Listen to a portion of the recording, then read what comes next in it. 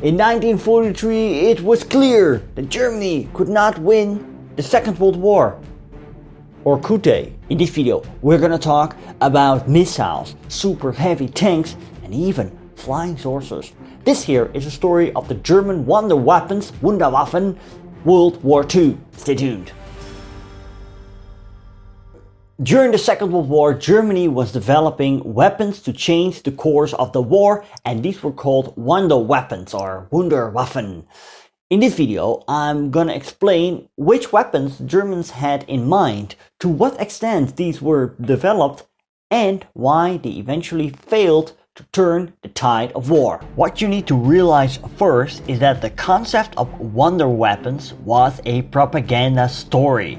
Nazi newspapers were full of stories about these weapons that could make Germany win World War II. Now note here that this was in a moment of severe crisis for the German people. Even though mid-1944 the enemy troops weren't at Germany borders, yet continuous Allied aerial bombing campaigns known as the Terror from the Skies laid German cities to waste. This obviously resulted in many civilian casualties, so the stories of wonder weapons was to keep up morale. This didn't last forever. As Ian Kershaw points out about 1945, people asked repeatedly where the long-awaited wonder weapons meant to turn the tide of war were, and why they were not being used against the Russians after they had been so much talked and written about. There was a frank disbelief that they existed. They were seen as no more than a figment of propaganda. After the Second War was over, plans and prototypes of German late war weapon development seemed to fascinate a lot of people. According to rumors, there were undiscovered German complexes where these weapons were being created and tested, and others spoke of German flying saucers. To what extent these stories were true, well, that's what we're gonna look at right now. Without further ado, let's take a look at the late war weapon plans of the Germans. The Germans produced the so-called V weapons, where the V stands for Vergeltung or reprisal, as a name introduced by Ministry of Propaganda Joseph Goebbels. There were three V weapons. The V1 was an unmanned plane of around 8 meters that was launched from a platform and could strike on an enemy position. It had a lot of disadvantages. The platforms which these V1s were launched from were big and visible from the air, and therefore became easy targets for enemy airstrikes. It wasn't a very accurate weapon also, and anti-aircraft guns could easily take these down. Actually, manned versions were also produced. These had to be controlled by suicide pilots, but the German Luftwaffe didn't want to spend pilots for these types of weaponry. Around 30,000 of V1s were produced. The V2 came closest to what you can call a wonder weapon, since it was a never-before-seen piece of weaponry. From September 1944, over 3,000 ballistic V2 missiles were launched to targets in England and Belgium. Over half of the V2 hit its targets. Compared to the V1, this one was much more costly to produce. Space rockets that were developed in the post-war era were based on the V2. The V3 was a large caliber gun that worked on a multi-charge principle. Its barrel was around 120 meters. One installation was placed in France at the Atlantic coast to bombard England.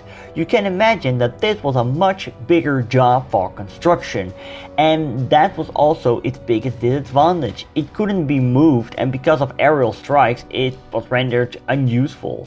A shorter barrel of 45 meters was created to support the Ardennes offensive. The V3 proved unreliable, and only a few shots have been fired toward Luxembourg, with several casualties. Around 18,000 people were killed by the V weapons, mostly citizens of London, Antwerp and Liège. Several enormous tanks were created with the E-series and Entwicklung series. This series had to amp up the production and lower the maintenance. Panzerkampfwagen E100 was the heaviest of these tanks. Only a prototype had been built and was discovered by the British. The E-100 was taken into production in 1943, but it was halted to make way for the Maus. Panzerkampfwagen Maus. With 8 meters long and over 150 tons of weight, this was the heaviest tank ever built. It was too heavy to cross bridges and therefore had to cross the river.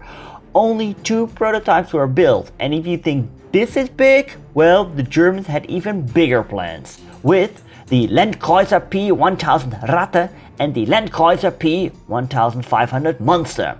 These were ultra big tanks.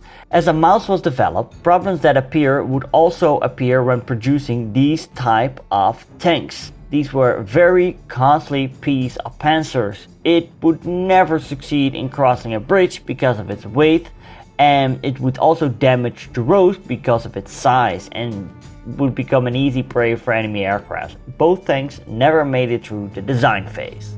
Let's take a look at aircraft. The Messerschmitt Me 323, nicknamed the Giant, was a gigantic aircraft with 6 engines, which was used for transport to Africa and later the Eastern Front. When the Allies gained air superiority, the production was halted to make way for the production of fighting aircrafts. The Messerschmitt Me 262. This aircraft was the very first jet fighter to take part in the war. It was of superior speed and fighting capabilities, yet its engine had problems. Often it shut down or caught fire, and a part of this, too few were produced to make a change in the tide of war. The Horten Ho 229.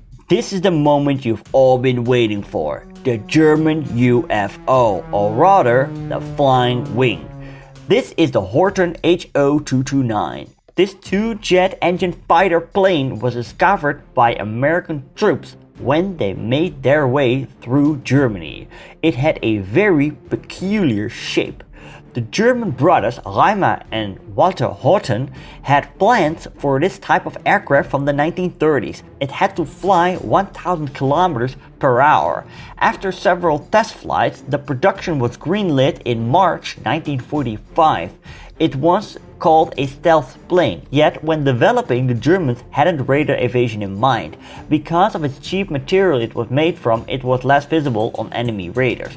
Now, there are more examples of so-called wonder weapons, like several types of submarines, U-boats, as well as rockets and rifles. From 1945 onwards, the Americans launched Operation Paperclip with its goal to transport German technology, its planes and prototypes, as well as German scientists and engineers that worked on these, to the US. Also, the Soviets carried out such operations. The captured knowledge would serve for further weapon development during the Cold War. The Germans were also working on an atomic bomb, by the way, but its project was far smaller than that of the US. And actually many scientists that worked for the Americans were German by origin but fled Germany because of its racial policies. So we can say that these wonder weapons came too little too late. See, early in the war, Germany made huge results overrunning Poland, Western Europe and then the western part of the USSR. By that time, it proved that the current German tactics and weaponry were sufficient. It was only when Germany was losing the war its leaders sought to more effective weapons. By then, Germany's resources became more and more scarce. What also hindered the weapon development was that there were too many projects they focused on. Germany was perhaps betting on too many different horses. Because of this, quality suffered over quantity. Weapon Minister Albert Speer at some point complained that there were over 400 types of planes. So, if Germany would have focused on a few specific projects, things perhaps could have worked out differently. Or not.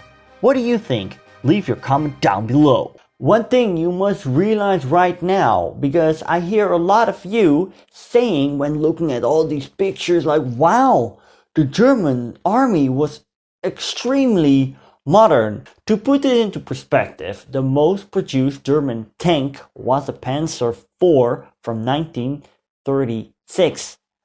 Most used weapon was the Mauser Karabiner 98K, which originated from a rifle from 1898. And most of the transport was done on horseback. Hey, if you want to know more about why the Germans kept fighting till the bitter end, you can click right here for an extensive video that I made about that. Please do not forget to like and share Facebook, Reddit, you name it. Don't forget to subscribe also. Thanks for watching and see you later.